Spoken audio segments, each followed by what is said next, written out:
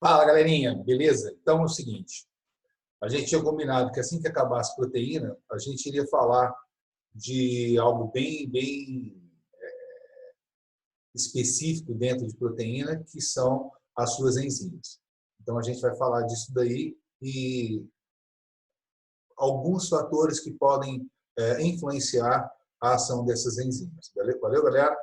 Presta atenção, hein, moçada? Presta atenção, hein? Pelo amor de Deus, que a enzima é muito... Só isso, quer ver? Ó, logo no comecinho você já vai perceber a importância que a enzima é, tá bom? Até para a sua vida, velho. Não estou falando nem de vestibular, tá bom? Estou falando para a sua vida mesmo.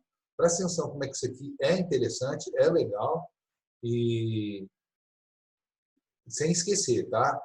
Num aprofundamento, a gente vai enfiar o pé na jaca em cima e vamos tentar entender como é que o metabolismo do seu corpo controla a ação dessas enzimas. Do tipo assim, quando eu quero que elas funcionem e quando eu não quero que elas funcionem. Falou? Vai existir um mecanismo disso daí, mas a gente vai ver no aprofundamento. Valeu, galera? Já volto, então. Então, vamos lá, galera. Vamos falar de enzimas. Beleza? Estão prontos? Galera, vocês estão copiando bonitinho, vocês estão fazendo anotação, vocês estão pegando as dúvidas, tá? Estão parando o vídeo, isso é muito importante, viu, gente? Isso é muito importante, tá? Então, vamos lá. Enzimas. Antes de tudo, é uma proteína. Primeira coisa que você tem que colocar na sua cabeça. Enzima é uma proteína. Tá? Isso já deu muita briga, galera, mas não existe nenhuma enzima que não seja uma proteína, tá bom? Agora, qual que é a função dela? É uma catalisadora orgânica, tá? É o único tipo de catalisador orgânico que eu tenho, proteico. Isso é enzima, tá bom? De reações químicas do seu metabolismo, como eu já falei para vocês. Agora, preste bem atenção, que isso aqui já deu briga até numa Olimpíada de Biologia, galera, que caiu essa questão aqui. E falava assim, toda enzima é uma proteína? E o gabarito, cara, considerava que não. Por quê? Que, por exemplo, outras moléculas orgânicas, como a ribosina, que é um RNA, tá? Um ácido nucleico, tem essa função catalítica também. Então, galera, isso acabou dando um boró danado. Então, presta atenção. Toda enzima, ela é uma proteína, mas nem todo catalisador é uma enzima. Falou? É possível um catalisador orgânico não ser proteico. Falou? Bom, outra coisa. Outra característica das enzimas. Ela tem uma altíssima especificidade ao substrato. Quer dizer o seguinte, se uma enzima X serve para trabalhar com determinados reagentes, quando a gente está falando em reação enzimática, a gente não usa a denominação reagente, a gente chama de substrato. Tá? Mas só para você entender. Uma enzima, se ela trabalha com determinados substratos, tá? Ela só trabalha com eles. Se você colocar uma outra enzima para trabalhar com aqueles substratos, ela não consegue. Se eu colocar outros substratos para reagir com aquela enzima, eles também não conseguem. Tá? Então, existe uma altíssima especificidade aí. Tá bom? Não é 100%, mas é muito alta, beira aos 100%. Tudo bem? Outra coisa, as enzimas, por si só, já tem esse negócio, ó, não sofrem modificações estruturais e não são consumidas durante as reações. Isso aqui também é importante. A enzima, ela tem aquilo que a gente chama de complexo de testículo, né? Ela participa, mas não entra. Ela faz a coisa acontecer, mas ela não faz parte do produto final. Fechou? Ela não sofre modificação, ela não sofre consumo, e aquela enzima, assim que terminou a reação, ela pode continuar fazendo outras reações enquanto tiver os substratos adequados para ela. É fácil você entender isso, já mostro para vocês. Mas antes disso, galera, perdão, você tem que entender isso daqui. Ó. Qual que é a vantagem da enzima? Como é que é a ação dessa enzima? Né? Então, você está vendo esse gráfico muito visto já, você já deve saber, sem eu falar nada, do que ele está dizendo. Que é o seguinte, se eu colocasse os substratos para reagirem, isso aqui ó, é a quantidade de energia necessária para a reação acontecer. Se eu coloco os substratos aqui, né, os reagentes, tem que chamar de substrato, para reagirem, para a reação acontecer, vocês estão vendo que, naturalmente, eu vou ter uma elevação da energia. Quer dizer, a quantidade de vibração que a molécula precisa, literalmente é isso que acontece, a quantidade de vibração que as moléculas dos substratos precisam para que a reação aconteça. Ela é alta, tá? E ela demora mais tempo. Agora, se eu coloco a enzima, está aqui em vermelhinho, se eu coloco a enzima, você está vendo que a energia necessária para a reação acontecer é bem menor, galera, do que se não fosse a enzima. É essa a função da enzima. Ela acelera uma reação química por essa razão. Ela acelera uma reação química porque ela diminui a energia necessária de ativação. Fechou? Então, guardem isso. Vocês estão vendo que no produto final, a quantidade de energia vai continuar a mesma. Falou? Mas para reagir com a enzima, eu gasto menos energia. Por isso, a reação acontece mais rápido. Falou? Aqui nós estamos vendo uma enzima trabalhando. Imagina que essa enzima aqui tem como função separar esses dois componentes. Reparem que ela tem, guarda isso daqui, hein? Perdão de novo. Repare que ela tem um lugarzinho, ó, um espaçozinho certinho para encaixar esse substrato aqui. Ó, aqui e aqui. Tá vendo? Aqui e aqui. Tá vendo? Ó, esse lugar na proteína, não esquece que isso aqui é uma enzima. E, portanto, é uma proteína. Portanto, tem forma. Portanto, forma e função estão intimamente ligados. A gente falou tudo isso na aula de proteína. Mas voltando. Imagine que esse espaçozinho aqui, ó, aonde os substratos vão se ligar, a gente chama de quê? De centro ativo ou sítio ativo. Quando o substrato vem e se liga aqui, tá? Essa proteína em questão, no nosso exemplo, tem a função de separar os seus componentes. Então, aquilo que era uma coisa só, imagina, aqui era um AB, agora aqui era um A e um B. Um A e um B. Houve a separação. Quem provocou essa separação? A enzima. Eles até poderiam se separar com o tempo sem a ação da enzima, mas ia demorar demais, porque ia precisar de muita energia de ativação. Tá bom? Isso que a gente chama de mecanismo chave-fechadura. Hoje, galera, hoje não, desde 1958, a gente sabe que a coisa não é tão rígida desse jeito. Né? Essa forma não é tão física, estável desse jeito. A coisa já mudou um pouco sobre isso daí. Tá bom? Então, na faculdade, você vai ver que a coisa não é bem assim. Está mais para um sistema mão e luva do que para um sistema chave-fechadura. Mas um dia eu explico isso para vocês direitinho. Para o vestibular, para o Enem, igual eu falo para vocês, galera, a gente tem que ser pragmático, a gente tem que se dedicar naquilo que vai ser cobrado da gente, tá? Porque é isso que vai valer o ponto para você entrar. Para nós, a gente vai considerar que esse sistema, né, do mecanismo chave-fechadura é o que manda, tá bom? Então, vamos lembrar os nomes. Eu tenho a enzima aqui e eu tenho o substrato aqui. O lugar aonde, né, na enzima, o substrato vai se ligar, a gente chama de centro ativo. Aí os substratos vão lá e se ligam à enzima. E aí vai formar o complexo enzima-substrato. Aí, galera, já aconteceu uma reação aqui, ó, tá bom? Então, se já aconteceu a reação, isso aqui não é substrato mais, isso aqui é produto. Tá bom? Aí vai formar o complexo enzima-produto. E agora você está vendo a enzima aqui de um lado, os produtos do outro lado. Galera, olha aqui e olha aqui. Olha aqui no finzinho e no começo. Houve modificação da enzima? Não. Houve alteração? Não.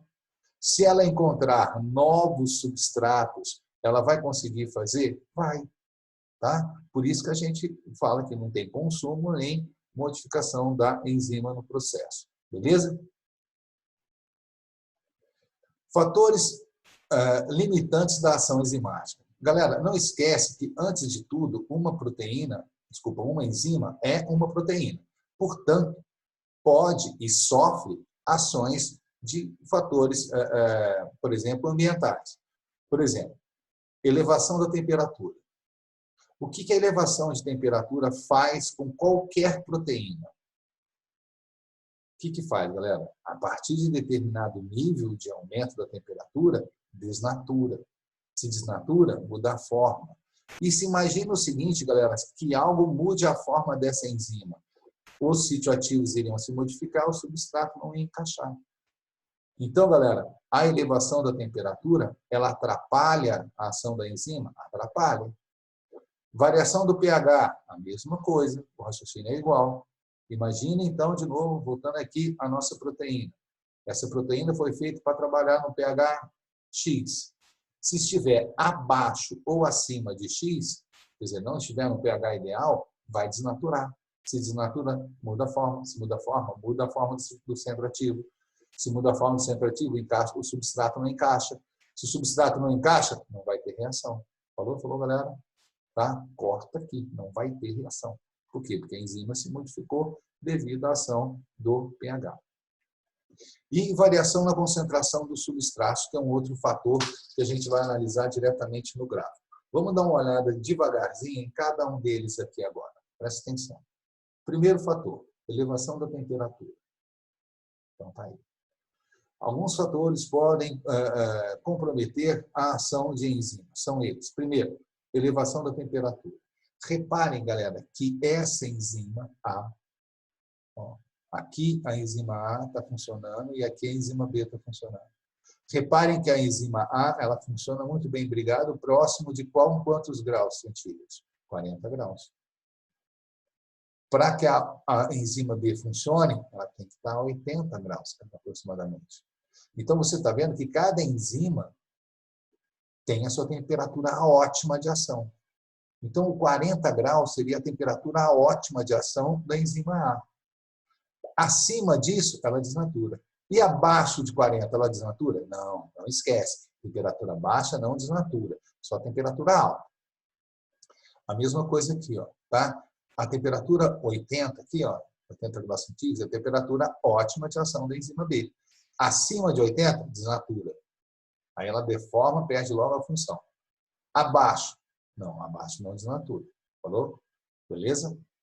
A velocidade da reação diminui porque as moléculas vibram menos abaixo da temperatura ideal. Então, essa diminuição que você está vendo aqui, ó, esse nível de ativação ser menor do que aquele, não tem nada a ver com temperatura, tá bom? Mas sim com a vibração das moléculas, típica da temperatura em que a reação está acontecendo. pH. Olha aqui, ó, enzima 1, enzima 2, enzima 3. Você está vendo que cada enzima tem um pH ideal. Ó. Agora, abaixo ou acima do ideal dessa, vamos supor, essa enzima 1, ela trabalha entre o pH 2 e o pH 3. Ácido pra caramba. Tá? Provavelmente, por exemplo, isso aqui seria uma enzima, por exemplo, do seu estômago, que trabalha muito bem brigado no seu estômago. Tá? Por quê? Porque ela gosta de pH ácido. Tudo bem? Aí você tem um outro pH aqui, ó, entre 6 e 7. Tá? pH da sua boca, por exemplo. Ó. As enzimas da sua saliva. Né? A amilase salivar, por exemplo. Ok? A amilase salivar, ela teria um gráfico parecido com esse. Próximo de 7, ela tem uma velocidade de ação ótima. Acima ou abaixo disso, ela desnatura e perde a função. Beleza? Aqui, nós estamos vendo um pH próximo de 8. Por exemplo, as enzimas que funcionam no seu tubo digestivo, no seu intestino delgado, por exemplo. As enzimas da digestão do suco pancreático, não é isso? As enzimas da digestão do suco pancreático trabalham aqui, tá? No pH próximo de 8, que é o pH daquela região do seu tubo digestivo. Tá bom? Então, reparem, galera, que cada enzima vai ter o seu pH ótimo de ação. Para cima ou para baixo, ela desnatura e perde a função. Falou? Vocês estão anotando os exemplos, né, galera? pH ácido, vai falar, por exemplo, a pepsina. Aqui você vai falar da amilase salivar. Aqui você vai falar, sei lá, qualquer enzima pancreática, lipase, sei lá, qualquer uma. Falou? Beleza? E, por último, o gráfico um pouquinho mais chato de entender, que é esse daqui. Tá? como é que a concentração, a quantidade de substrato, né, envolvido na reação pode atrapalhar.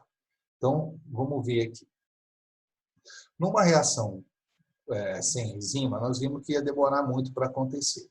Mas reparem, ó, que a quantidade de substrato, conforme eu vou aumentando a quantidade de substrato, com a enzima, a velocidade vai aumentando mais. A gente já esperava esse gráfico aqui, né? Na presença da enzima, a reação vai acontecer mais rápido.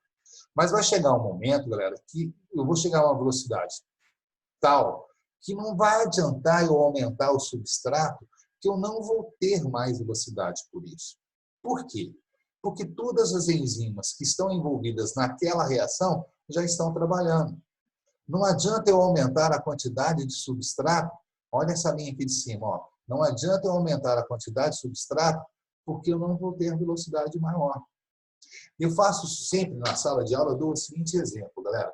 Eu tenho cinco funcionários numa fabriqueta de sapato. Eu sou de Franca, eu vou falar de sapato. Eu tenho 5 funcionários lá. E a gente vai lá e faz, sei lá, 50 par dia. Beleza? Beleza.